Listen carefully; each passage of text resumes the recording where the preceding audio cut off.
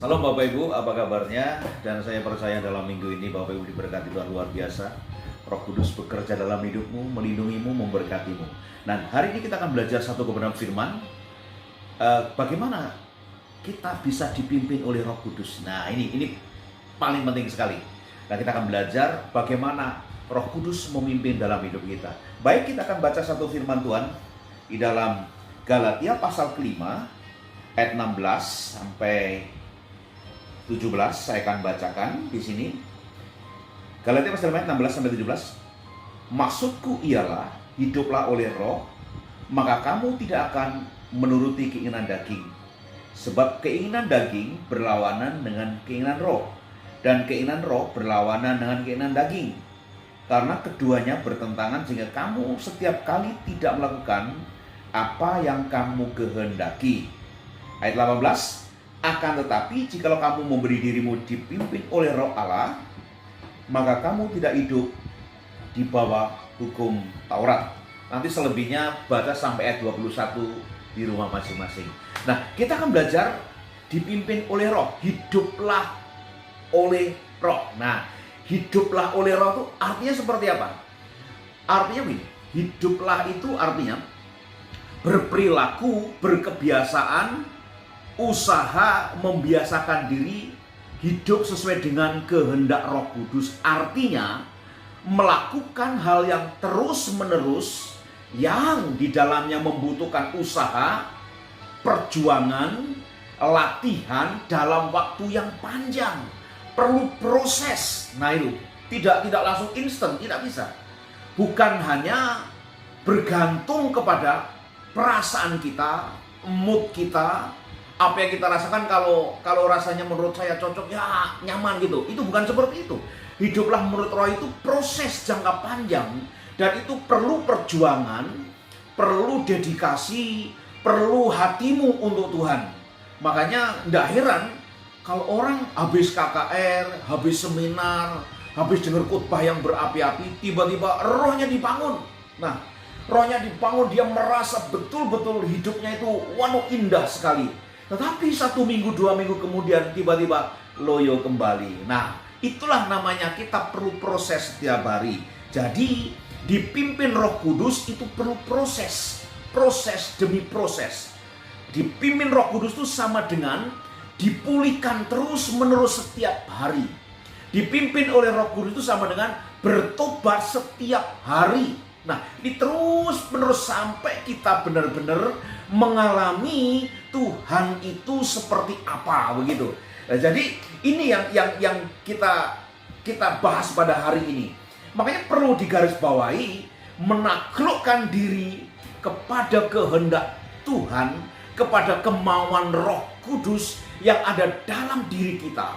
Maka Roh Kudus akan memimpin step by step, sedikit demi sedikit, pelan-pelan tapi pasti. Dan saya yakin Bapak Ibu pasti rindu dipimpin Tuhan, rindu dipimpin Roh Kudus, rindu melihat kemuliaan Tuhan itu ada dalam diri kita, terjadi dalam keluarga kita, terjadi dalam lingkungan kita, terjadi di bangsa ini yang hari-hari sangat membutuhkan kehadiran Roh Kudus dalam gerejanya. Dan saya yakin hari ini kita akan belajar bersama-sama dipimpin Roh Kudus itu seperti apa. Nah, ada orang sering bertanya sama saya, Pak, apa sih bedanya dipimpin Roh Kudus, roh ego kita, dan roh setan? Nah saya akan saya bahas ini. Yang pertama, kalau orang dipimpin Roh Kudus, ingat, ada damai sejahtera di dalam hidupnya. Kenapa ada damai sejahtera dalam hidup? Karena di dalam dia ada firman Tuhan. Nah ini. Nah, dipimpin Roh Kudus, di dalam dia ada firman Tuhan. Orang yang dipenuhi Roh Kudus itu sama dengan orang yang dipenuhi firman. Makanya dia akan selalu menghasilkan hatinya benar-benar penuh sukacita, penuh leluasa memuji Tuhan. Walaupun keadaan orang itu mengalami masalah begitu hebat, masalah bertubi-tubi, tapi karena hatinya dipimpin firman, hatinya dipimpin Roh Kudus, dia akan tetap bertahan. Dan dia akan berkata bahwa pencobaan yang aku alami, pencobaan biasa, di saat aku dicobai, Tuhan yang setia memberikan jalan keluar. Nah, dalam hidupnya selalu sadar dan sadar bahwa kalau orang dipimpin Roh Kudus itu, orang itu sadar sepenuhnya apa yang dia jalani, apa yang dia punyai, apa yang Tuhan percayakan hari ini dalam hidupnya adalah karena kemurahan Tuhan. Dan semua itu untuk kemuliaan nama Tuhan. Nah ini, dia sadar apa yang dia punyai, apa yang dia alami hari ini, Bapak Ibu juga sama, itu karena kemurahan Tuhan. Nah, orang dipimpin Roh Kudus sadar sepenuhnya, hidup ini adalah karena anugerah. Coba kalau tidak percaya, pencet hidupmu 5 menit saja. Nggak nyampe 5 menit deh, jangan bernapas. Kira-kira hidup atau mati? Jawabannya ada dalam diri Anda. Semua karena anugerah Tuhan. Coba bayangin, kita lahir perlu orang lain. Kita belajar perlu orang lain. Kita mau mati perlu orang lain juga. Kita tidak bisa karena kita ini Tuhan tentukan menjadi makhluk sosial. Dan semua karena kemurahan Tuhan. Kalau orang sadar semua apa yang kupunya itu kemurahan Tuhan, berarti itu orang itu dipimpin oleh Roh Kudus. Nah yang kedua, kalau orang dipimpin oleh egonya itu seperti apa? Nah ini, kalau yang pertama kita bicara orang dipimpin Roh Kudus, orang dipimpin egonya kenapa? Itu seperti apa? Itu dimulai semua karena kata saya. Nah, itu egonya, sisi manusianya yang kuat dalam dirinya. Dia akan selalu berkata saya hebat. Kalau tidak ada saya, semua gagal. Kalau tidak ada saya, semua tidak jalan. Kalau tidak saya ada saya, semua nggak berhasil. Nah, fokusnya selalu dirinya. Dan orang semacam ini menganggap Tuhan itu nomor kesekian. Orang semacam ini yang ditunjukkan, yang tujuan paling utama dalam hidupnya adalah keuntungan untuk dia, kerugian untuk orang lain. Keuntungan untuk dia, kerugian untuk orang lain. Dan prinsip yang lebih parah di sini katakan, kalau ada uang, pasti ada Tuhan. Nggak ada uang, nggak ada Tuhan. Ini orang dipimpin oleh egonya. Dan fokus semuanya itu untuk apa? Membangun kesombongan dirinya sendiri. Inilah orang yang dipimpin oleh ego. Dan yang ketiga, orang yang dipimpin oleh setan. Ini lebih parah dari orang di ego. Pikirannya, tindakannya, ucapannya selalu jahat. Dan selalu ingin mencelakai orang. Dan selalu senang kalau lihat orang itu celaka. Selalu senang kalau lihat orang itu susah. Selalu senang kalau lihat orang itu menderita. Nah, orang semacam ini hidupnya benar-benar menyangkal kebenaran firman, menyangkal keberadaan Kristus, dan menyangkal apapun juga. Tetapi orang ini lebih menyatukan dirinya kepada kuasa kegelapan. Dan tidak heran, hari-hari ini banyak orang, egonya, orang dipimpin egonya, orang tidak memperdulikan lagi tentang bagaimana berbuat sesuatu yang baik, bagaimana hidup dalam kebenaran. Dan justru orang sekarang ini lebih cenderung mau dipimpin oleh roh setan dan roh ego. Contoh sekarang kegerakan zaman baru sudah luar biasa sekali. Kegerakan New Age luar biasa sekali. Itu merasuk di dalam dunia kekristenan, merasuk dalam diri anak-anak Tuhan, kegerakan New Age. Dan itu paling bahaya. Makanya kita perlu dipimpin oleh Roh Kudus. Nah, dapat disimpulkan begini. Dari tiga hal tadi, dapat disimpulkan bahwa tindakan dan kelakuan kita mencerminkan apa yang ada dalam diri kita. Apakah kita dipimpin Roh Kudus, dipimpin ego, atau dipimpin oleh roh setan? Nah, ingat, kalau orang dipimpin roh setan sama sekali tidak suka firman. Sama sekali tidak suka firman. Sama sekali tidak suka nama Yesus. Seperti itu. Hampir mirip-mirip dengan ego. Nah, ini saudara-saudara. Nah, kita melihat contoh di Alkitab. Contoh di Alkitab namanya Elipas ya. Ini orang yang dipimpin Roh Kudus, roh ego. Nah, kita bedanya di sini. Nah, Elipas itu dalam Ayub pasal 22 ayat 1 sampai 30, nanti Bapak Ibu baca. Dia adalah sahabat Ayub. Begitu luar biasa. Dia memberikan kata-kata penghiburan kepada Ayub. Itu sepertinya luar biasa, sepertinya benar-benar bagus. Tetapi apa yang terjadi? Justru itu perkataannya Elipas itu tidak sesuai dengan kebenaran Tuhan. Dia selalu menghakimi Ayub. Ayub dikatakan, kamu seperti ini, kamu seperti karena dosamu, karena kamu perlu bertobat dan sebagainya. Itu Elifas. Dan dia berkata bahwa apa yang disampaikan itu seakan-akan dari Tuhan. Dan itu salah besar. Makanya apa yang terjadi? Saya kasih tahu kepada kita semua, jangan percaya kepada setiap omongan yang mengatakan ini dari Tuhan, itu dari Tuhan. Apalagi kalau orang berkata bahwa saya mendengar suara Tuhan, Tuhan berbicara sama saya. Saya percaya Tuhan sampai hari ini berbicara. Saya percaya karena Tuhan kita yang hidup, Tuhan yang sanggup berbicara, Tuhan yang sanggup berbicara kepada umatnya. Berbicaranya audible juga bisa, berbicara lewat firman juga bisa, berbicara lewat kesan di hati juga bisa, berbicara lewat mimpi juga bisa. Tetapi ada orang-orang yang dipimpin oleh egonya. Karena apa? Ingin dianggap dipimpin Roh Kudus, ingin dianggap paling diurapi, ingin dianggap paling hebat, ingin dianggap dipakai Tuhan luar biasa daripada yang lain. Makanya egonya muncul, selalu pakai nama Tuhan. Tuhan berbicara, hati-hati. Saya enggak alergi karena Tuhan juga pernah berbicara sama saya berkali-kali. Saya tahu itu. Tetapi kita harus membedakan roh siapa yang memimpin itu. Roh egomu, Roh Kudus, atau roh setan. Nah ini banyak terjadi. Makanya kalau orang yang dipimpin roh egonya itu selalu ujung-ujungnya mencari kepentingan untuk dirinya sendiri. Ujung-ujungnya mencari kejayaan untuk dirinya sendiri. Ujung-ujungnya akan bermasalah. Dan ingat, sesuatu yang dipimpin ego, ujungnya akan bermasalah dengan dirinya dan dengan Tuhan. Makanya hati-hati. Ini roh ego. Nah ini pelayanan zaman hari-hari ini mesti banyak hati-hati. Saya sering jumpai di gereja, kalau udah KKR, orang didoakan tumbang.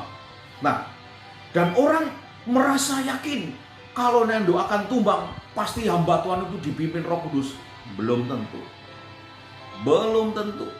Dan orang mencari satu sensasi yang sekarang lagi marah. Saya enggak alergi karena pelayanan saya juga banyak seperti itu. Tapi yang saya ingin lihat di balik itu seperti apa gitu. Nah ini, orang didoakan 10 kali tumbang, setiap KKR tumbang, tapi tidak pernah bertobat orang ini. Nah ini masalahnya. Apakah itu orang dipimpin Roh Kudus atau kedagingan, kan begitu. Nah ini yang terjadi Bapak Ibu. Kita jangan lihat sensasinya, tapi lihat buahnya. Siapapun juga, baik jemaat, baik hamba Tuhan itu sama. Nah ini Elifas dipimpin oleh roh egonya, dipimpin oleh kedagingannya. Dan apa yang terjadi? Seperti itu, Tuhan marah. Makanya dalam kitab Ayub pasal ke-42 ayat 7. Ayub 42 ayat 7, setelah Tuhan mengucapkan firman itu kepada Ayub, maka firman Tuhan kepada Elifas orang Teman, murkaku menyala terhadap engkau dan terhadap kedua sahabatmu, karena kamu tidak berkata benar tentang aku seperti hambaku Ayub. Nah ini Elifas dimarahin Tuhan karena apa? Menganggap penderitaan Ayub itu karena dosanya. Saya kasih tahu, kadang-kala kita kalau lihat orang berdosa, kita langsung, kalau orang lagi bermasalah, langsung kita mau, kamu pasti berdosa. Kalau kita menganggap orang lagi ketimpa sesuatu, kamu pasti berdosa. Belum tentu. Nah ini, makanya roh penghakiman tidak boleh ada dalam diri kita. Kalau orang dipimpin Roh Kudus, dia tidak akan pernah memiliki roh penghakiman. Karena apa? Dia akan uji seperti apa. Dia akan tanya, Tuhan seperti apa. Nah, kalau orang dipimpin Roh Kudus, pasti perkataannya tegas, tetapi di dalamnya ada kelembutan dari Tuhan. Tapi kalau orang tidak dipimpin Roh Kudus, kelihatannya baik. Yang baik belum tentu benar sesuai firman. Yang benar pasti dalamnya kebaikan. Banyak orang baik tapi nggak benar. Nah ini yang terjadi. Kelihatannya Elifas itu rohani banget, tapi tidak benar. Di hadapan Tuhan tidak benar. Makanya Tuhan marah sama dia. Nah ini saudara-saudara, mesti hati-hati. Apakah kita sekarang dipimpin Roh Kudus atau dipimpin roh ego? Kalau dipimpin roh setan juga, hari ini datang pada Yesus.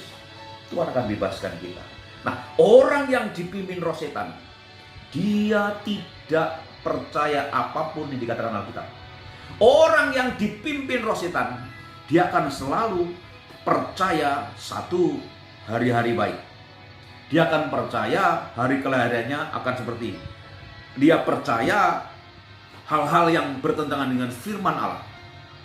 Contoh begini, kalau ada kebiasaan di tempat kami itu, kalau ada orang ditawarin makan, terus orang itu tidak makan, akan cuma pegang piringnya doang. Kalau nggak makan, katanya kalau nggak makan nanti kamu digigit ular dan sebagainya. Dan kita lebih percaya kutuk daripada berkat. Nah, setan itu mau semua orang-orang percaya lebih percaya kutuk daripada berkat. Ini yang terjadi. Lebih percaya hal-hal yang negatif daripada berkat. Padahal Tuhan, orang yang sudah di dalam Tuhan tidak ada penghukuman. Orang yang sudah di dalam Tuhan ada kuasa Tuhan dalam dirinya yang membuat dia berjalan dalam kebenaran. Makanya percaya tidak cukup, harus dipimpin oleh Roh Kudus supaya kita dari kebenaran menuju kebenaran, seperti itu. Nah, yang kedua, salah satu contohnya Paulus dalam Kisah Rasul pasal 6 ya. Paulus itu dipimpin Roh Kudus ke Makedonia. Apa yang terjadi? Orang yang dipimpin Roh Kudus itu jangan berpikir orang itu selalu nyaman, selalu enak, orang itu selalu aman-aman saja. Salah besar. Paulus orang yang dipenuhi Roh Kudus dan dipimpin Roh Kudus dengan banyak tanda-tanda mujizat yang besar dalam hidupnya. Dia selalu menghadapi kesulitan, selalu menghadapi kesukaran, selalu menghadapi aniaya di mana-mana. Di pelayanannya di mana-mana. Bayangkan, habis kapan ke kapal karam digigit ular. Dan orang berkata, oh lu pasti orang berdosa. Tapi Paulus enggak. Paulus meyakini apa yang terjadi dalam hidupnya adalah rencana Tuhan. Sama, apa yang terjadi dalam hidup kita hari ini Bapak Ibu tidak lepas dari rencana Allah.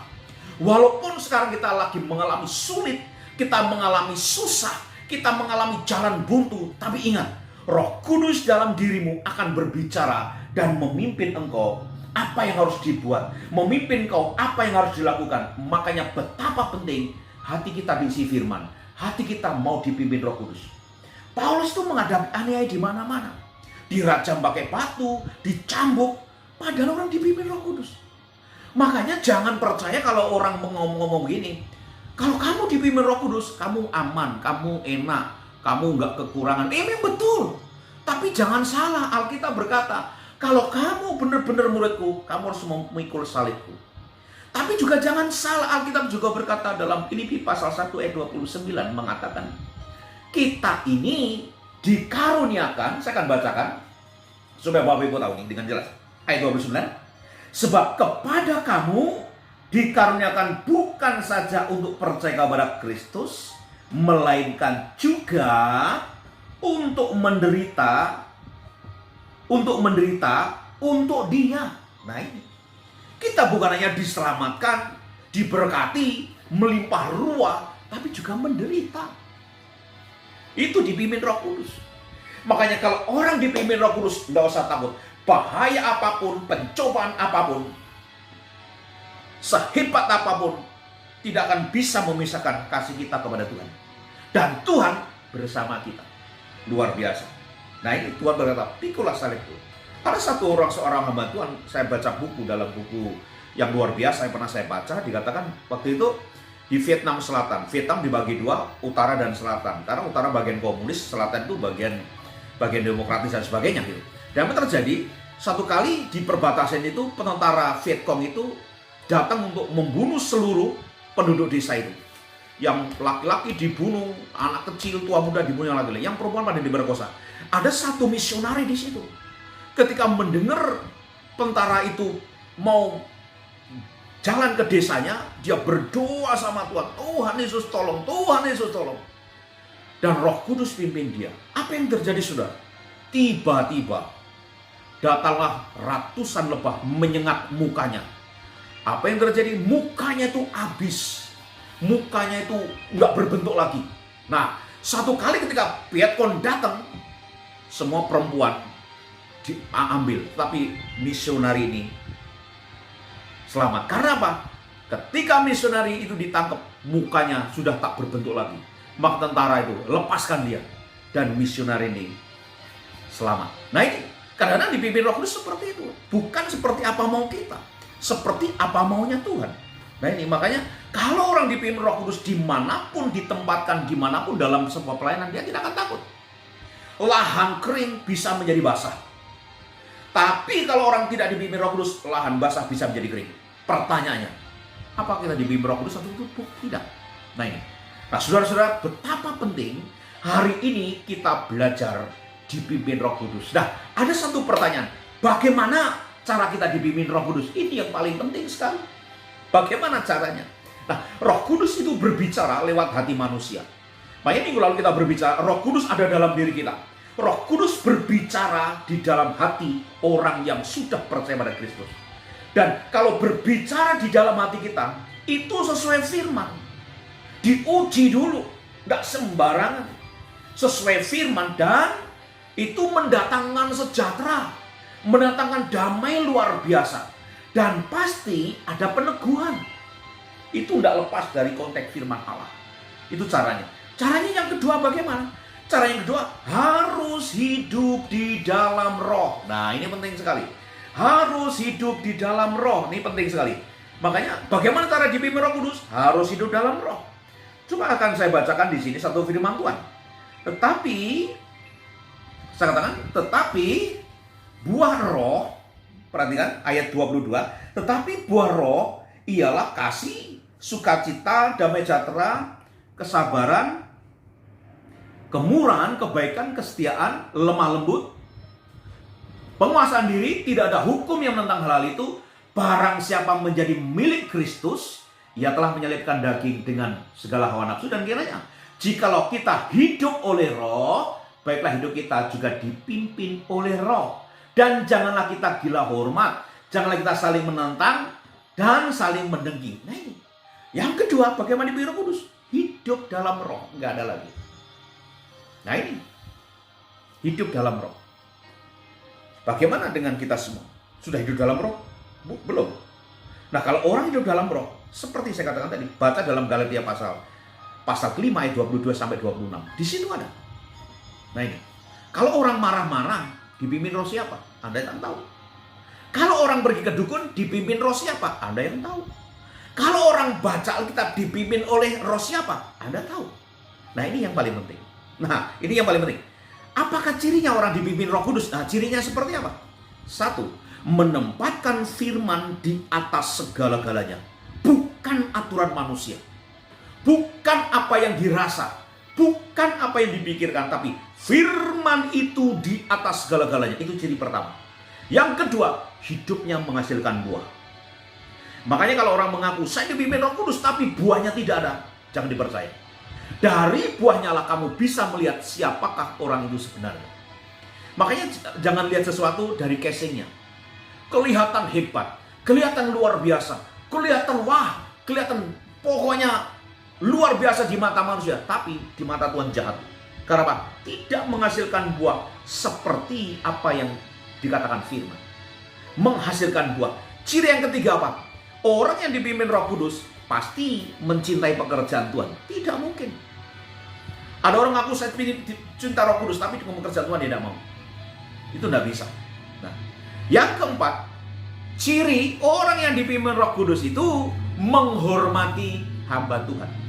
Mustahil orang mengaku dipimpin Roh Kudus tidak menghormati hamba Tuhan.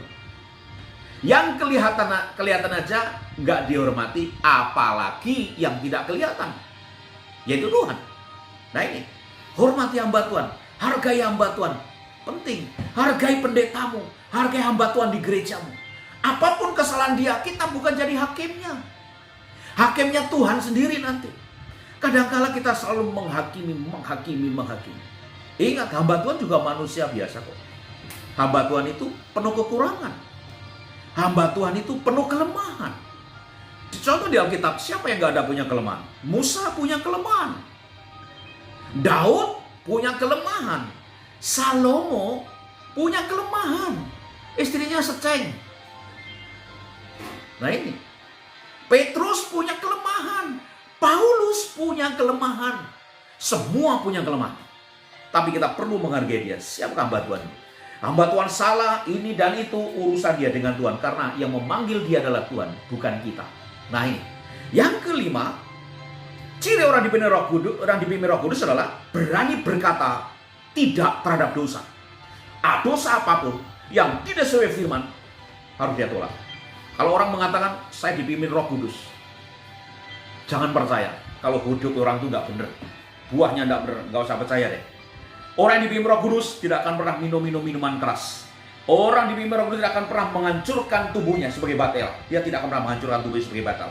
Nah ini, orang yang dipimpin Roh Kudus bicara sama perbuatan, perkataan sama perbuatan itu sama, tidak pelin-pelan. Nah, orang yang dipimpin Roh Kudus, orang itu penuh belas kasihan dan peduli sama orang yang lemah di sekitar.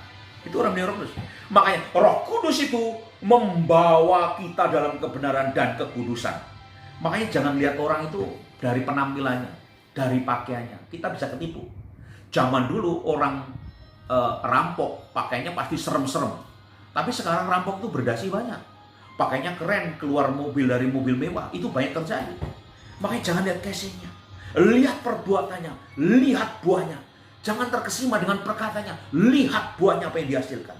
Orang yang dipimpin Roh Kudus, dia akan berani bersaksi tentang Kristus kepada siapapun juga. Entah ditolak, entah diterima. Yang penting bersaksi. Nah, pertanyaan yang terakhir, mengapa kita harus dipimpin Roh Kudus? Nah, ini pertanyaan. Kenapa kita harus dipimpin? Karena apa? Kita harus dipimpin Roh Kudus karena apa? Tubuh kita ini sudah milik Tuhan sepenuhnya. Nah, kita berkata, saya bacakan satu ayat. 1 Korintus pasal ke-6 ayat 19 ayat 20. Atau tidak tahukah kamu bahwa tubuhmu adalah bait Roh Kudus yang diam di dalam kamu, Roh Kudus yang kamu peroleh dari Allah, dan bahwa kamu bukan milik kamu sendiri, sebab kamu telah dibeli dengan harganya lunas dibayar. Karena itu muliakanlah Allah dengan tubuhmu. Nah ini pertanyaannya, mengapa kita perlu dipimpin Roh Kudus?